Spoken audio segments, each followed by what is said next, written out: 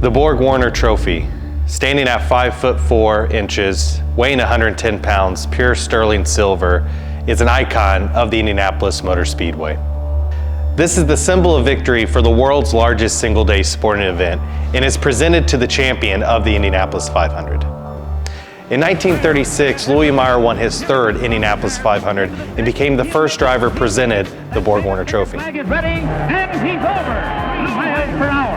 He averaged better than 109 miles per hour quarters. Someone had given him a bottle of milk. Well, that race would make anybody thirsty. To date, 106 runnings of the Indianapolis 500 and their winners adorn the Borg-Warner Trophy. Rick Mears has become a new tradition. The Indianapolis 500.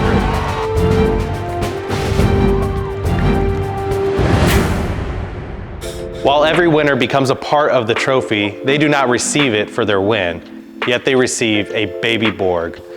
The trophy was commissioned in 1935 by Borg-Warner and was built in Chicago from the Spalding and Gorham Company.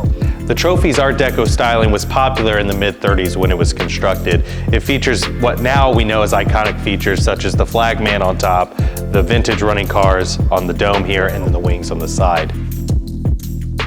The original trophy, the top portion here, holds likenesses of Indianapolis 500 winners all the way to 1986.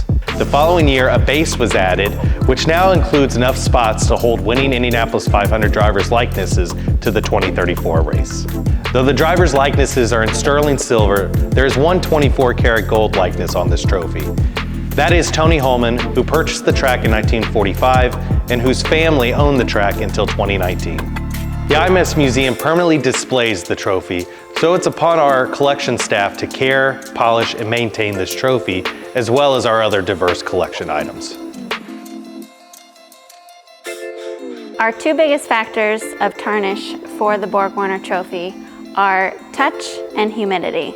Humidity is something that I think everybody can struggle with and relate to if you have silver pieces at home. The more humidity in the air, the more likely that there will be tarnish developing throughout the trophy.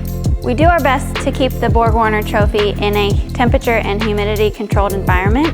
It's best to regulate that humidity at an even level because those fluctuations in the humidity tend to create more tarnish on its surface. The other one will be touch.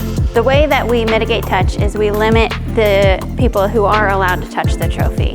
That is limited to a team that comprises of myself and a few other members here at the museum who do polish the trophy. Other than the trophy handlers, the only people allowed to touch the trophy are the winning drivers and the team owner. But when we do that deep clean, we are using something called calcium carbonate. It's an ultra-fine powder that we apply to the surface mixed with distilled water.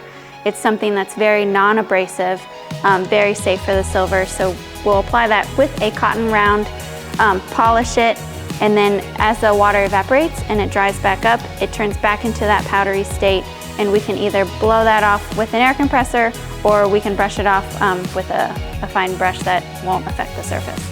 Ideally, we will not deep clean the trophy very often. Obviously, the more you clean it, the more you're affecting the surface of it. So we try to do that not very often by regulating who's able to touch it and the humidity it's exposed to. Unlike the Stanley Cup, the Borg-Warner Trophy is the only one. There is no replica. So caring for it is extremely important if we want to preserve that part of our history. The Borg-Warner Trophy is just one item of the illustrious traditions here at the Indianapolis Motor Speedway. Come see it on display at the IMS Museum.